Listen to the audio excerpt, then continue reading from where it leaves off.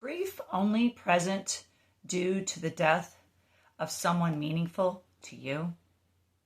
Is that the only time it's present? Is that the only time that grief is present in someone's life is because of the death of a loved one?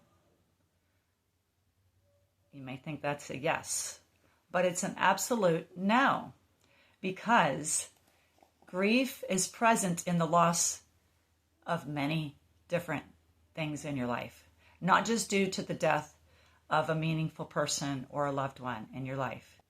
Grief can be caused by things like mental illness, incarceration, a move, the loss of a pet. It can be due to infertility, addiction and recovery even, incarceration, abuse and neglect. What about miscarriage? There's more than this, okay? But these are some of the few that I've chosen to name today.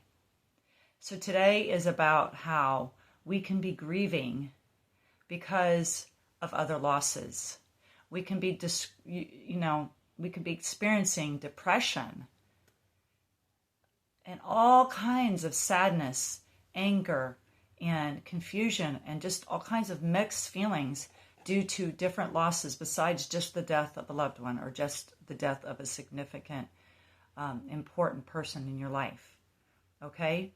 So I want to touch on this today and just a little bit about it to kind of bring that awareness, because you may be saying, hey, wow, I didn't realize that that's me. Grief is an emotional response to any major loss, subjectively speaking. In other words, it's individual. Now, this goes back to the video I did recently on avoid comparison.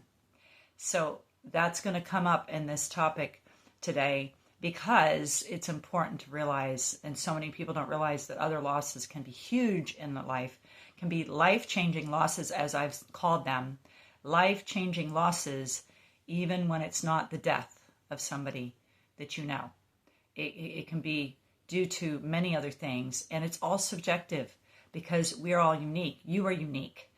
How each loss affects you that you go through is unique. So it's so important for us to get a grasp of this. If we don't realize our problems, or realize, like we always say, an alcoholic, if that person doesn't realize they have an alcohol or an addiction issue, they can't get help. They won't get help because they don't think they have a problem. This is not exactly the same, but it is in a way that we need to realize that we're suffering and we're dealing with all kinds of mental, emotional trauma and, upheaval in our lives due to different losses. And when we minimize it, it does not help us to get help. We can't recognize it. We can't admit it, recognize it, and what have you. Or if we don't, then we won't get help. We won't work on giving ourselves help. It's a fact that all kinds of losses can cause deep emotional pain and many disruptions in your life besides just death. That is a fact we all need to realize. One article I found stated that all grief is experienced at 100%, no matter what the nature of the loss is.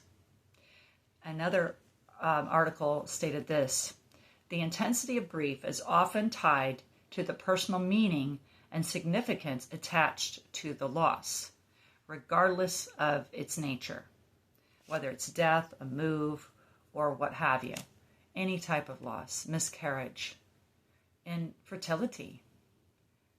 It's just all subjective, and it's all important, and it's all should be validated if that person's life has been rocked, changed, they can't function the same, they are experiencing all kinds of symptoms that are normal to, grief, like anger and sadness, depression, a lack of acceptance of it, any of the stages of grief. If a person is definitely experiencing it, and it's not something they normally experience, but it's attached to a major change in their life, then they may be grieving. So this is what I wanted to bring out today, And next week, I probably will go to a certain verse in the Bible and kind of open it up, because that verse, I realize, is attached to another definition I found. And here's the definition that I found for grief. Again, this broadens it to much more than just the death of a loved one. It defined grief as the conflicting feelings caused by the end of or change in a familiar pattern of behavior. Again, the grief is the conflicting feelings that come up caused by the end or the change in a familiar pattern of behavior. Now that you've heard that definition, think about people moving from one house to another, to a different state, or even from a bigger house to a smaller house. That can really rock their world. It's like nothing's the same. It's a big change to go through moves, unless that was a place that you just never got attached to. You weren't there long enough, or you just absolutely did not consider it your home because of maybe the roommates or whoever you moved in with. I don't know. There's, I'm sure, various scenarios. But that would be the time that maybe it didn't bother you at all. You were happy to get out of that situation, and it did not, cause an upheaval, did not cause grief. But many times a move can cause grief. So I would really love to hear from you. Does this open your eyes to something in your life that probably you are, we could say, suffering from or being affected by, that needs your attention, and maybe you need to get help in from a coach or mentor or a friend, what have you? Does it? Or is this something you've already realized? Hey, Julie, I lost a friendship that just really, really did a number in my life. And I'm suffering from the loss of that friendship, a breakup, whatever it would be, anything. I've mentioned a bunch of things. You suffered from a miscarriage, and maybe that was undermined. Maybe it was your third or fourth child, but it still majorly affected you. I don't know. Those are just some examples I'm thinking of right now. Whatever it is, I would really love to hear from you about what it is you have recognized or that you just now realized is bothering you after watching this video.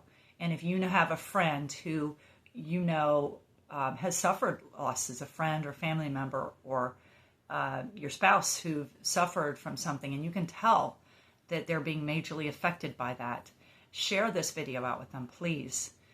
This is simply to bring awareness today, this video, but I hope it does, and I hope it makes you and others think about that it goes beyond death. Although most of what I've talked about in the past on my channel has been about the actual death of a loved one or a significant other. Okay, so that's what I wanted to share today. Thank you for your comments. Thank you for sharing this video out. And I'll see you next week. I'm Julie Kay, helping you find your great way through grief and loss. Bye-bye.